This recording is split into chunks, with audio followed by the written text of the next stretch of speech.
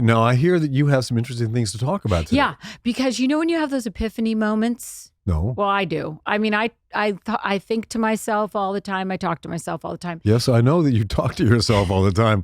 I hear voices. I'll be in the bathroom and I'll hear all these voices coming, and I'll come out and you're not on the phone, and there's nobody in the room, and it's just you gabbing away. You said, "Are you talking to me?" I go, no. But I'm fully having a conversation with myself. You do. And they must be good combos because they go on and on. I work so much shit out. I'm not kidding. Okay, so here's my moment that I had. And I just have to talk it through because we haven't talked about it. We kind of talked about it, but I'm scared. I came to something. No, don't be scared. It's not about you.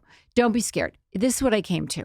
So, you know that I went to go and do Andy Cohen's radio show, Sirius Radio in New York. And I really went to announce the podcast. Right? And we thought that would be a good thing. And when they first called, I haven't seen Andy since the reunion. That's 2.5 years. That's a long time.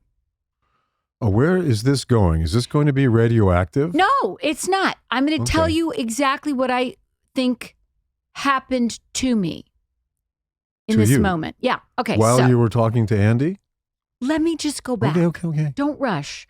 Okay, listen. So we go to do the podcast, and it was about, Fashion Week. They said, is Lisa going to be in town for Fashion Week? To my publicist, Jeffrey. He said, yes. Well, would she want to come on? He calls me, he goes, what do you think? And I thought, well, it actually could be a good thing. I haven't seen him in a long time. I've moved way on. From Housewives and such. Mm-hmm. So I thought it'd be a good idea. We all thought it'd be a great place to announce the podcast. Why not? It's Andy Cohen. It's, he's your old boss, and it's the Sirius Radio. Big audience. What the hell? Big housewife audience. Yeah. Okay, so I had done Paris Fashion Week and then New York, a lot of it. And you killed it, by the way. Well, thank you. Killed it. Thank you, Harry. Harry. Killed it. It is like me having an acting job every single day, and I get to express myself. So I love it so much. So during all of this in New York. And you get lots of attention, too. Which I love like attention. Well, right? You know that. Okay. I Let's freaking get love to the attention. brown here. So lots I of love attention. Okay. But I also love to express myself that way. So you're about to express yourself on Andy Cohen's show. Yeah. And I'd already done a few shows in New York. I'd done the Marc Jacobs show, and I'm having a real good time. When you say done the show, you sat front row and did you walk in a show too? I did. I walked in the Jane Wade show. She's a young 29-year-old designer who DM'd me on Instagram and said, we would love to have you walk in. Wait a minute. She DM'd you? That's how you got the gig? Yeah. She got a hold of you through DM? She DM'd me. She's 29 years old. Oh. And she said, I would love for you to walk in my show. And so I just went to her Instagram page. I actually had never heard of Jane Wade. I went to her Instagram page and I thought, wow, this girl's really talented. And so then I sent it to Jeffrey, my publicist, and I said, what do you think? And it didn't matter what he thought anyway. I was already going to do it because I thought she was talented. He said, I think she's great. Oh, good. And so I did it without knowing anything about her. And it was fabulous. It was so much fun to go and help these young people realize their dreams. Did you show me your walk? Have I seen that? Did I see you walk in that show, or did you keep that to yourself? I don't know if you've seen it. I'm going to show it to you. I don't think I've seen it. I would remember it. I mean, big shoulders. It's like a big... I think I saw a photograph of the big shoulders, and you were talking about how you couldn't get into a car or something like that. That's a different outfit. That's the Victor and Ralph with the big... Oh, the huge thing? The one I look like the clown-esque, as our neighbor said. You look like a clown. Anyway, so you were in New York. Now you're... Okay. In New York. Gone to the Marc Jacobs show. Had time of my life. Anyway, on and on. So I go to Andy Cohen's. I walk in. First of all, we have a little altercation in the elevator before we even get up to You Andy's. And Andy? No, me and Jeffrey. Oh. So Jeffrey, my publicist, is with me. And we get, those big, big buildings that Sirius Radio's in, you have to go and they send you up in a certain elevator going to the floor. Exactly. So we're going to 36th floor. We get in. It's like, I don't know, 9:30, 10 in the morning. And this woman comes in. And Jeffrey just really nicely goes, oh, by the way, we're going up to 36 just in case you're not in the right elevator. And she looks at him and she goes, I don't need your help. I'm in the right. I don't need your help. I'm in the right elevator. What are you talking about? And Jeffrey said, oh, well, I just, we're just going up in 36. And she went on in such an attacking way. I was dumbfounded. He was dumbfounded. And it turns out she worked at Sirius Radio and went about her own way. And it was the weirdest moment and weirdest altercation I'd ever seen out of the blue. Do you think she had a bone to pick with you or with Jeffrey? Not with life.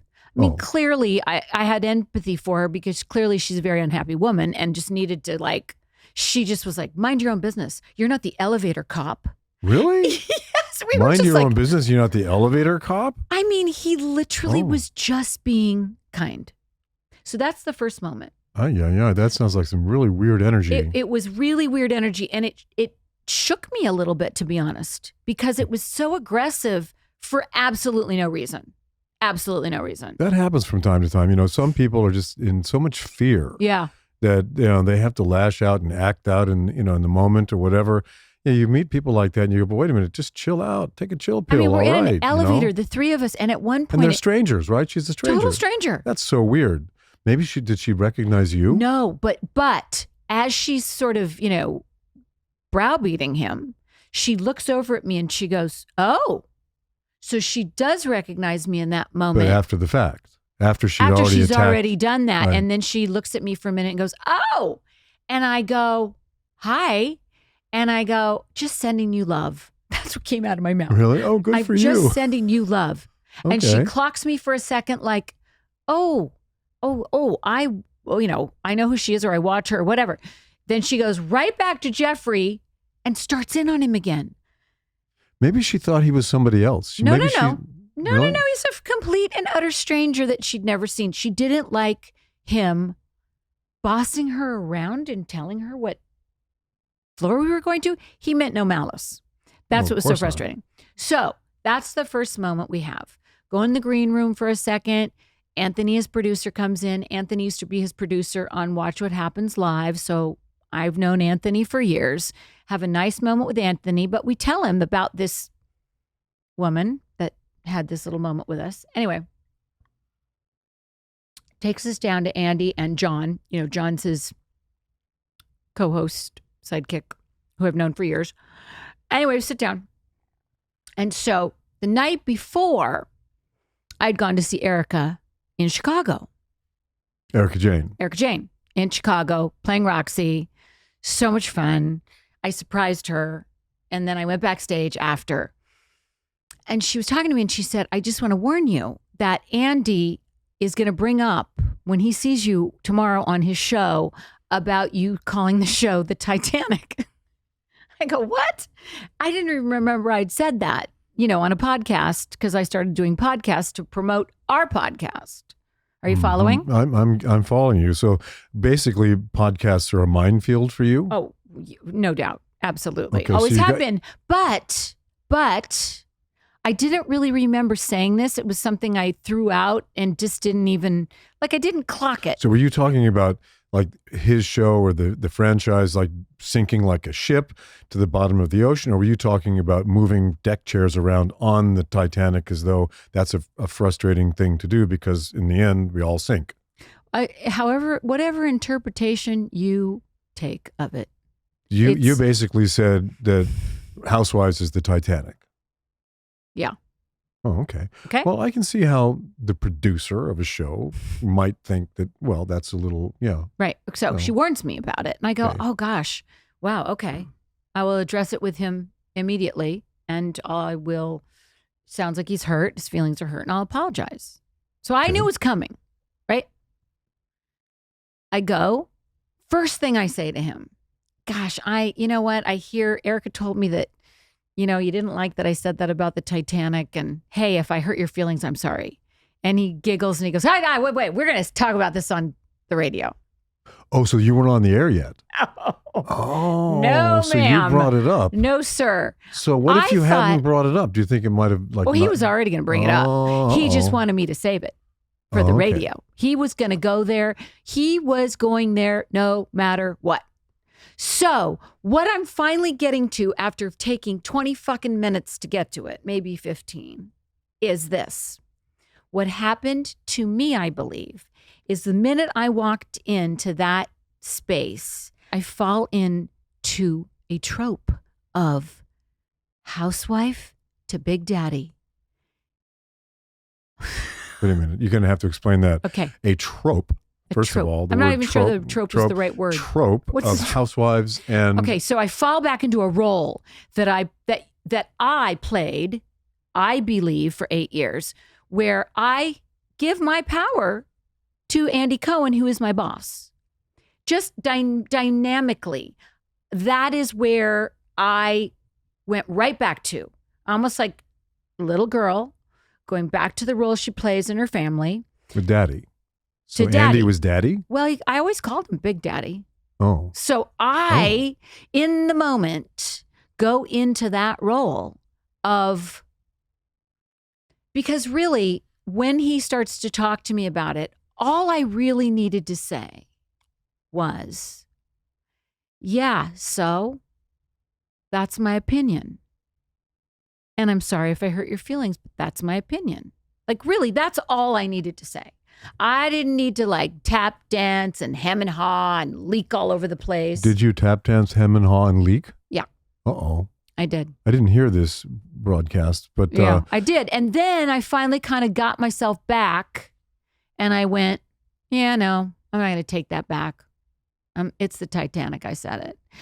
So now I figured it out. I dropped into that role of playing that housewife to Big Daddy. And I just want to say that. So the point of this conversation that you're having with now is to say that you dropped back into a role that you had played for 8 years on the show, but it wasn't really Lisa. It was really the role you had played. No, it's Lisa being a housewife. Wait a sec. So the reason you used the Titanic in the first place was because you thought that the show was going down, sinking, or what? I was on a podcast, like the biggest gay ass podcast or whatever it's called. And we were talking a lot about different things. This is always, they take things out of context. I don't remember exactly how we were talking about it. But as I shared with Andy, I have not watched the show since I left, but I have had the fans come up to me and express some things to me. So maybe... Like saying that the show's not as good since you're not on it or something? Well, they have a lot of things to say about it. Oh. And, the Titanic was one of them. So you were basically parroting what someone else had already said. Okay. It's yes. a little bit like reposting something? Well, not really. I mean, I wouldn't have said it if I didn't, agree in some way. But what I really realized and what I'm trying to say is, think about in life when you go back into situations that maybe, either held trauma or you have a reaction in some way. I was able to clock it and look at my reaction in the moment and how I really took on a different role than I am right now. 2.5 years later, I'm in a different place, but I reverted back to that old place. Does that make sense? Well, it does. And where is this leading? Where is it going? I just wanted to talk about it because I think a lot of people probably have these moments in their lives where their subconscious doesn't really realize it until you get out of that situation and you go, I was acting out of a place that I wasn't necessarily in control of. I just dropped back into what the roles were in that. And how do you feel about having done that? Do you feel as though, did you like step in something that was icky when I didn't feel good that? about it. No, because I think when you've moved beyond and you've grown from a certain situation and you go back, let's say if you just go back to your home, you go back to your family, haven't seen your family in a while, and you go back and you drop into the old kind of patterns. Well, of course you will. I mean, everybody does that. I mean, if you grow up in a household and then you go off and you go to college and you get a job, whenever you go back home, you're going to fall back into the role that you were playing when you were a kid. That's what I'm trying to say. Okay. I had a moment like that. And my parents have passed and my mom passed 3 years ago, so I haven't gone home for 3 years and had those moments, but I hadn't had a moment like this since that. So do you regret having had that moment? Do No. you think that, No, I don't regret it. It was a learning experience for me to see that I still can be affected Okay. in that realm. Okay. So good. So you were affected and now you're kind of coming clean with it. I'm coming clean with it in the sense that I came to the realization of what happened. And this is for me. This has nothing to do with Andy. I don't know what Andy felt and how he was, but this is How did it go, by the way? Did it go okay with Andy? Yeah. Oh, we had a good time. We had fun. I mean, he was kind of a stinger missile on that. Like he really kind of wanted to stick it to me. I can see why. I mean, if somebody came to me, if I produced a show and somebody came to me and said, "Oh, by the way, I think your show's like the Titanic," I would go, "Okay, that's a problem. Why? And are you sure? And where are you getting this?" So I said, it's my opinion. Hmm. Anyway, this will get a lot of play, I'm sure. But I think it was just really important for me to see that I dropped into that role really quickly, subconsciously, fast. Boom. Okay, well, and good. then I'm fine now. I mean, I was there for 30 minutes, but I think it's really fascinating how quickly I went back to that. And I just want to talk about it. I didn't talk about it with anybody. No, it would have been pillow talk for us since we're married and we sleep in the same bed, but it didn't come up over the pillow. Because I just figured it out. Oh, and okay. I thought, I'm going to tell him on the podcast. All right. So, I'm going to share with him. Well, I am so glad to know that now. Do you ever have those moments where you drop into a role? Have you had one of those recently?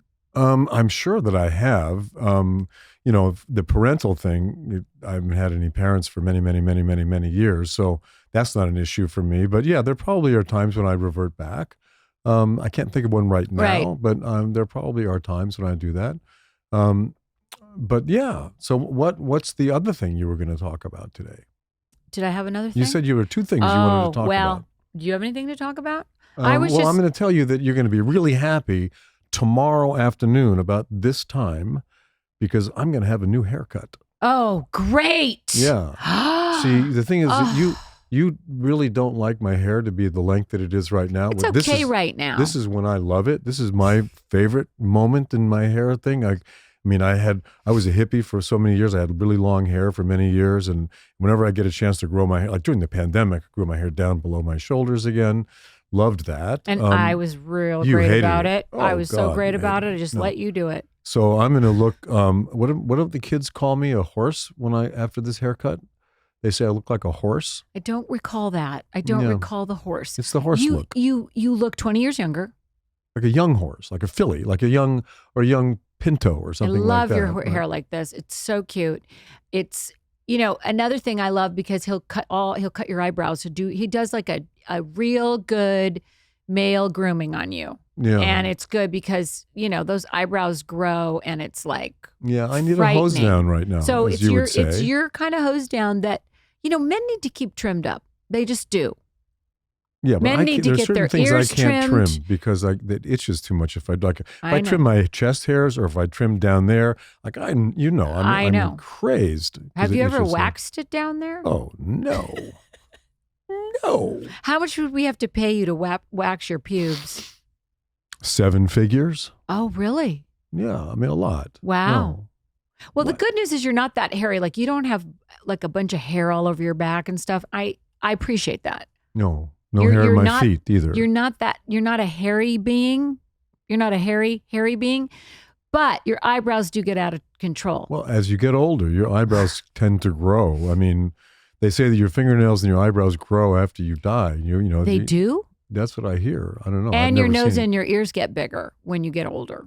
And I don't think that's fair for everybody. Yeah, my ears get bigger? Everybody's ears and nose gets bigger. Oh, I don't think that's quite right. And your lips get smaller, your ears get bigger, your nose gets bigger. And your body shrinks and you get a hunchback. Oh, and then you die. Okay, so I got a lot to look forward to here. Oh, my God. Yeah. All right, so we're going to continue the Halcion journey.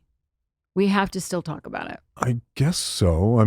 We have to talk about it because well, so what's the latest in, because as you said on another podcast, you went to Europe, you were going to all these shows, you were doing all this stuff, and you couldn't sleep that well, so you took these Halcion I always pills. take something when I go to Europe for like maybe 5 days. because I don't do well with jet lag. And you got to get, when you're working, like when I was doing Housewives, you got to get right on the program. So, you take something. You take something on the plane, you take something when you're sleeping at night. So I had always taken either a Restoril or an Ambien.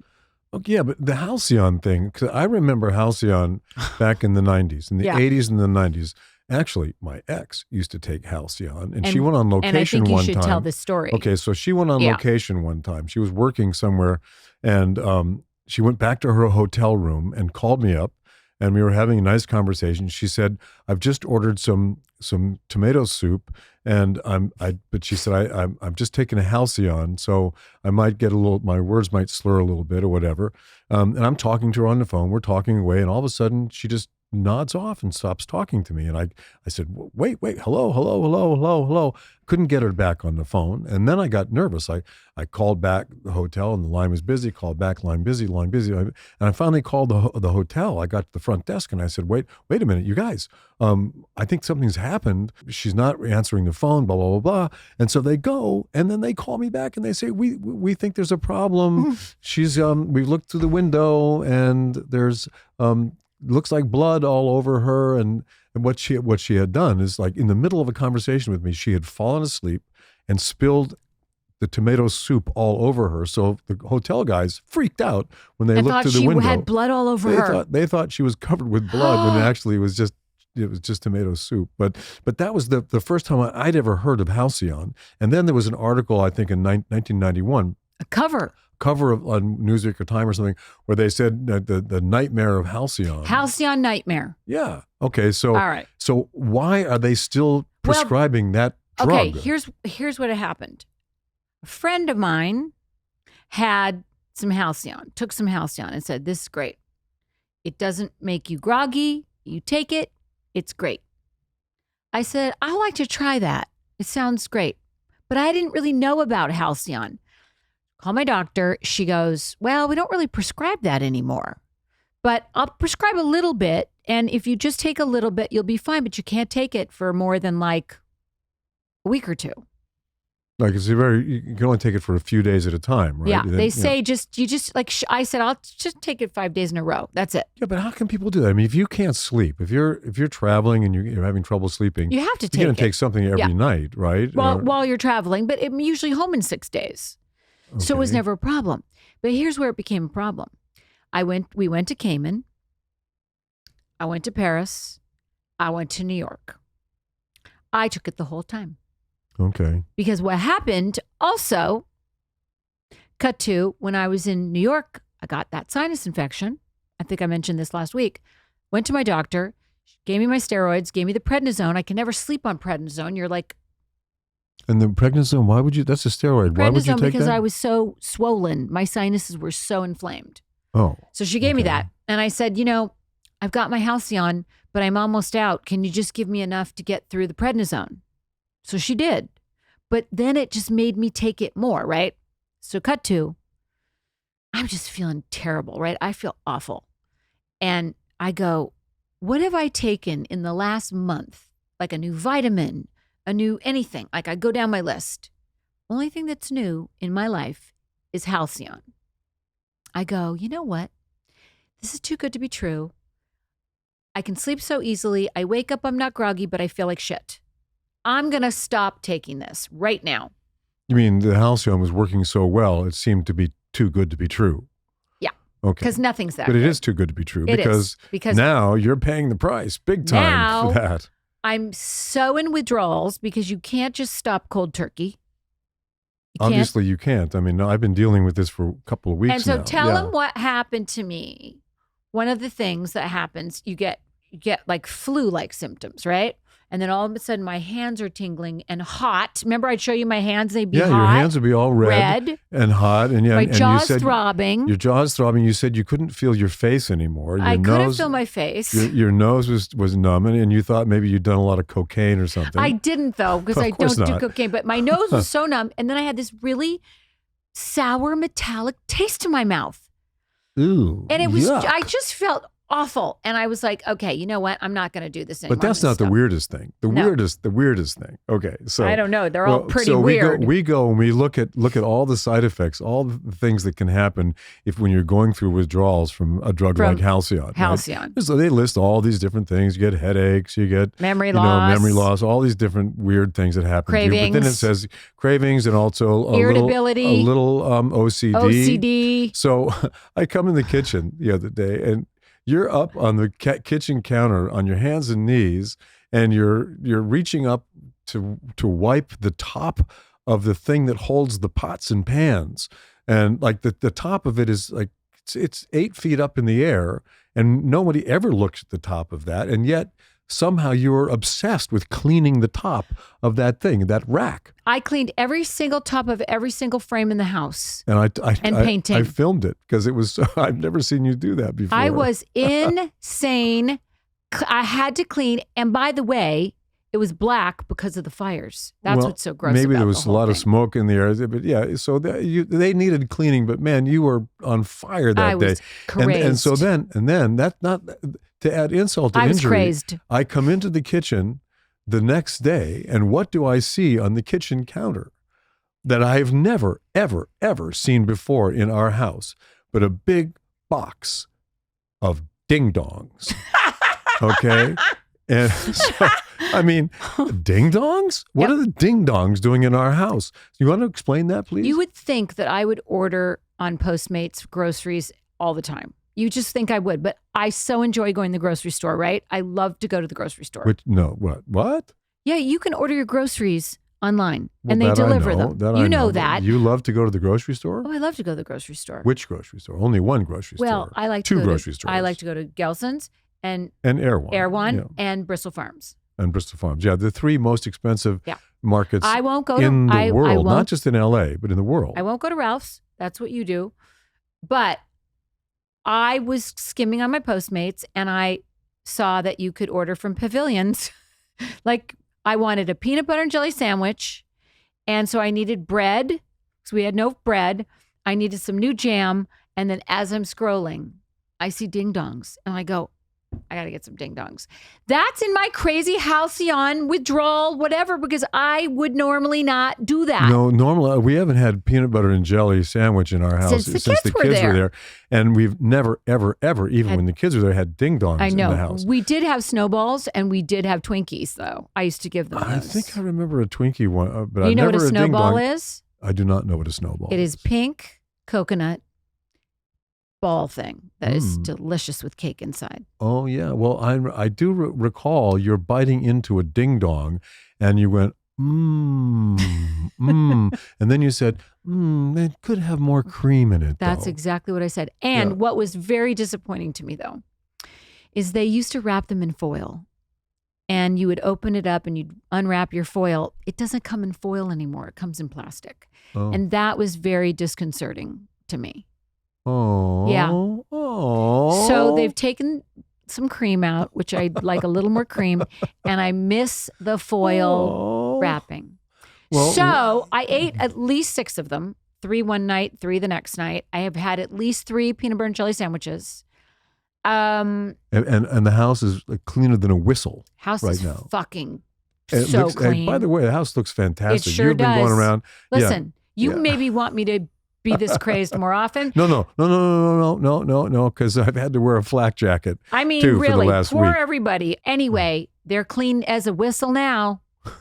Every Yes, single frame. And how are you feeling today, by the way, about you? And how's your withdrawal going? Yeah. It's better. It's been 2 weeks. So 14, 15, this is day 16 of my Halcyon withdrawal. I talked to my GP, which is my doctor, and she was trying to help me figure out. We did a whole blood panel, and she called me and she goes, you're great. I looked at your blood panel. It was perfect. I look really good. But then I said to her, well, I'm going to come clean. I think this is what it is. And remember, I was talking to her and I go, well, I took the Halcyon for at least 4 weeks. Oh, that's right. She was on speakerphone. She went, oh my God, Lisa, you didn't really. Did she not go, oh my God, Lisa? Yes, she did. You must feel horrific. I can't believe that you're going through this. It's awful. It's the worst thing you can go through. So cautionary tale out there. Don't take these drugs on an ongoing basis because you will have to suffer through weeks of withdrawal if you do. Well, especially Halcion. I mean, this has been... So you kind of can empathize with a drug addict who's going through withdrawal now, Yes, right? I can. And I can see why they get back right on the drug. Because when you feel that shitty, you're like, oh, I don't want to feel this shitty. So you take the drug again, right? Yeah. Now I understand rebound. I understand all of it. Yeah.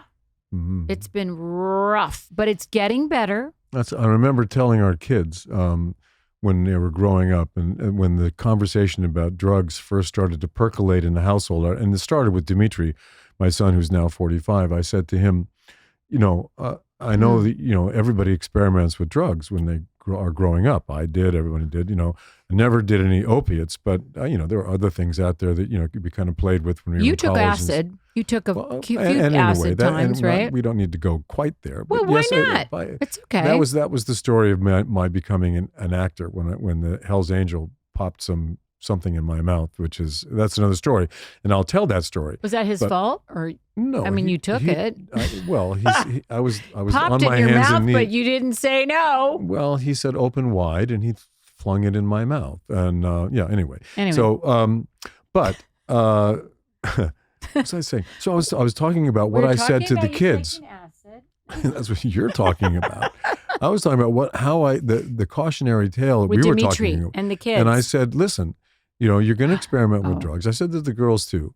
If I find out that you're taking heroin or addicted to opiates, I said, I'm sorry, I'm just going to come and kill you. I remember you saying this. I said, because that'll be me loving you to death. Wow. At that moment. That's parenting. Like total tough love. But I said, wow. Because I've seen people who were addicted. My roommates, both of my roommates in college were addicted to heroin, were heroin addicts. Did they act worse than I was when I was in my OCD Halcyon I never craze? Saw them in withdrawals. They always maintained their addiction. Did they nod out? Because I always thought heroin addicts are always out. Yeah, they were nodding out all the time. Yeah. And, when they would they'd shoot up and they would be really loving. Once they shut up, they go, oh, Harry, God, we love you. You're such a great guy.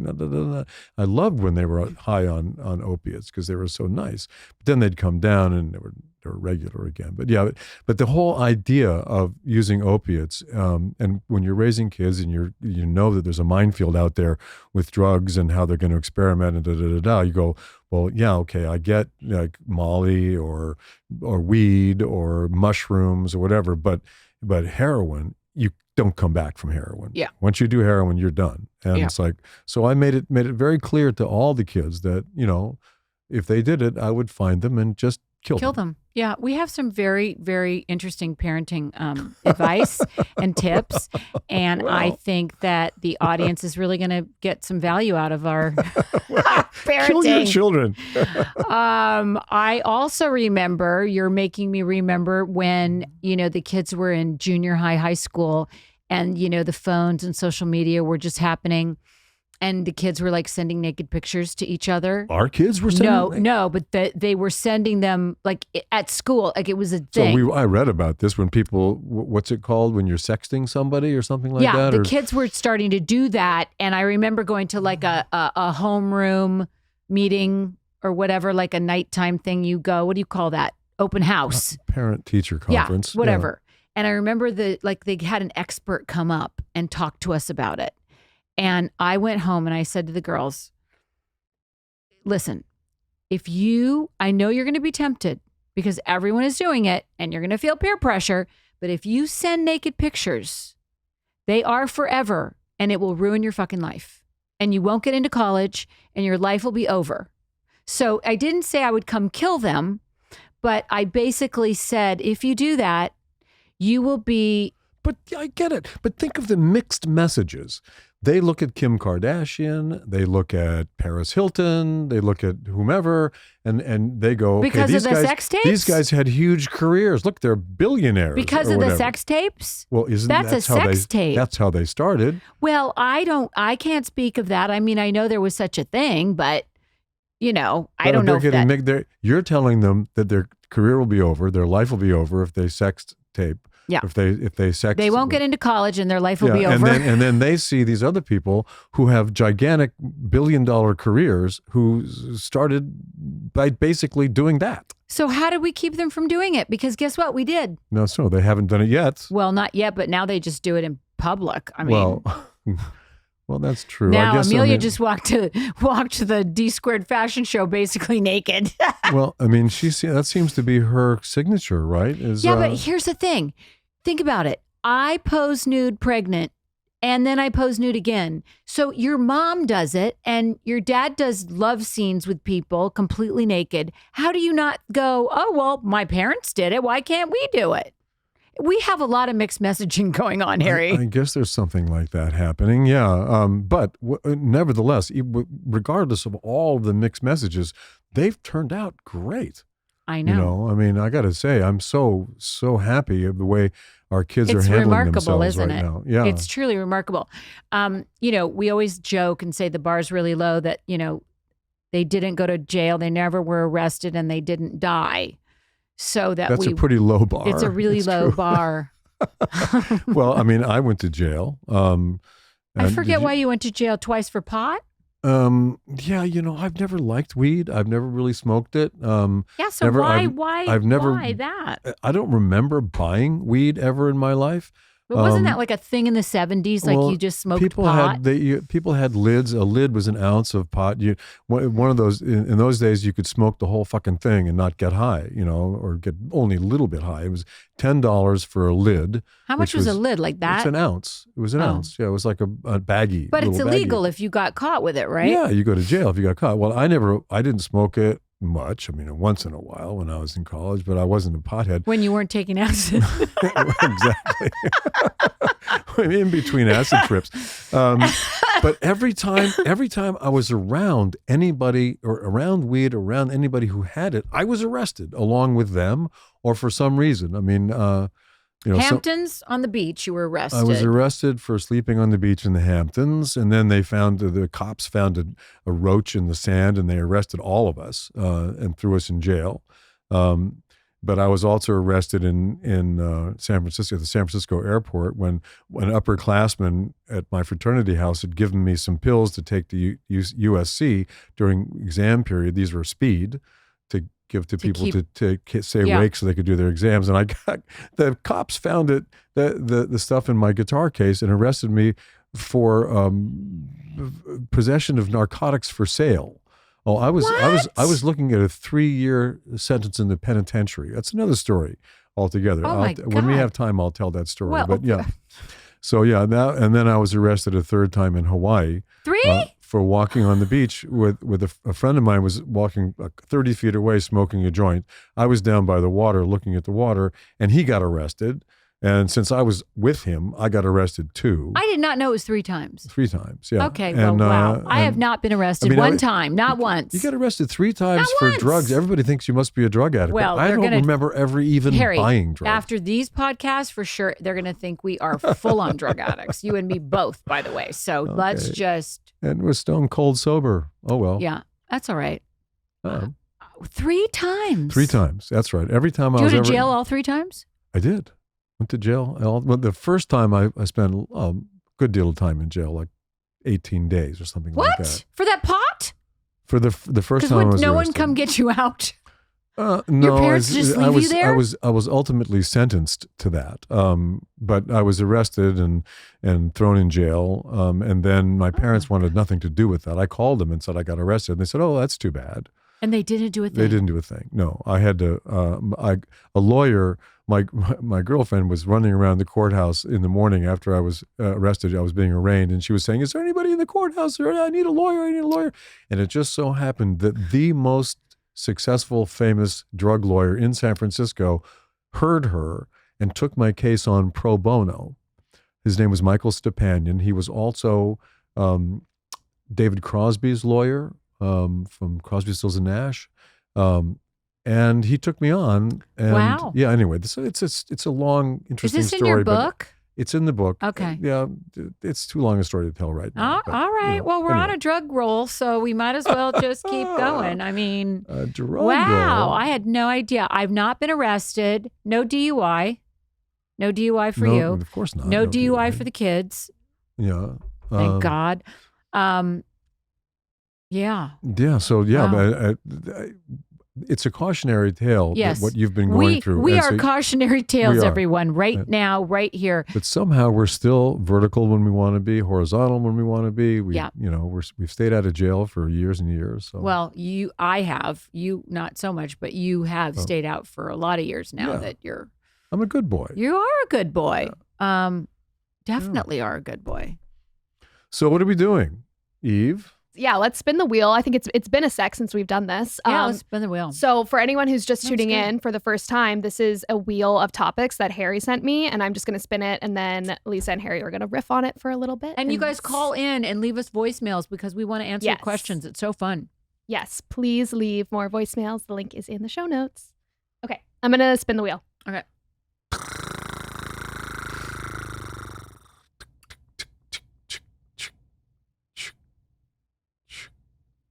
Okay, we got it.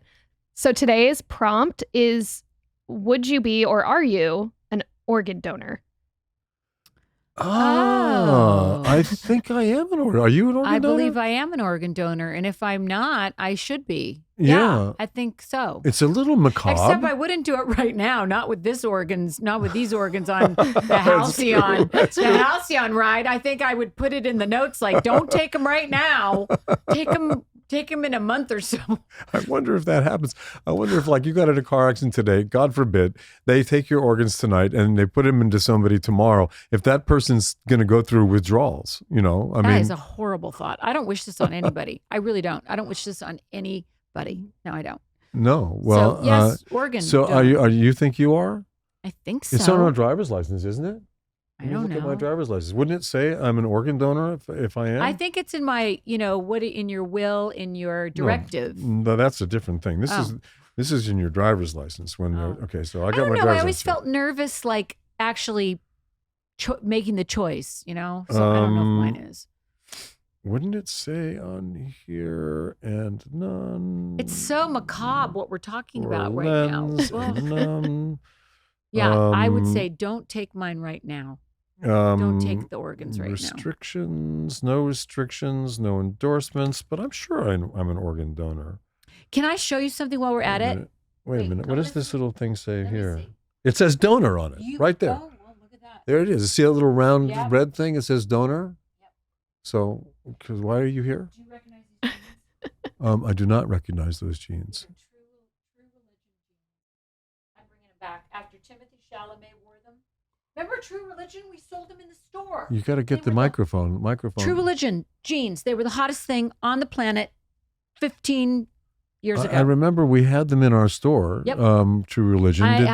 Are they still in business? True Religion? Yes, they are, and I believe they're coming back because Timothy Chalamet just wore them, and I copied him. Where's the connection between organ donor and True Religion? Just curious. There isn't any. I just wanted to What the fuck? I don't know. You were talking about it, trying to find it, and I was like, oh, wait a minute. Look at my jeans. Have you not seen how I have a split personality at times, and I talk about a lot of different things at once? I mean, I married that? I married the split person. Which personality am I married to? Well, right now, it's a tricky one. It's an OCD one. Okay, let's look at mine and see if I'm a donor. It's good. It's a little kind of orange thing in the bottom. I can barely read it, but it says donor. So let's see. Yeah, I mean, I am too. Okay. I am too. Donor. All right. So whatever you do, people, if we get in an accident on the way home, do not use her organs. Not for a while. Give it a week. It could. Well, we don't know. It could take a while. I don't know. Okay. Well. Anyway, yeah. So we're donors, and that settles that and whole that thing, settles right? that. And I'm bringing True Religion back. Me and Timothy Chalamet. Yeah. Where did Timothy Chalamet wear these? He wore them on a red carpet somewhere. And you noticed this, or did somebody say, "Oh, those are True Religion"? Harry, I notice everything. Oh God, really? That's scary. That's really scary. I notice everything. Uh-oh. Okay. Well, I'm going to be a good boy from now on. I notice everything. And I noticed him wearing the True Religions, and I went, oh, I need to do that. And so I did. So did you pull these out of one of those drawers in the house where the jeans have been there for 15, 20 years? No, I bought them. Oh, They were online. You made a purchase. I did. Oh. Okay. Well, yeah, there you go. More genes. Yeah. Need some more genes. We need more genes. That's right. Yeah. Okay. Yeah. Okay. Anyway. Thanks for guys. watching, everybody. Thanks for checking in. See you next week. Let's not talk about the husband.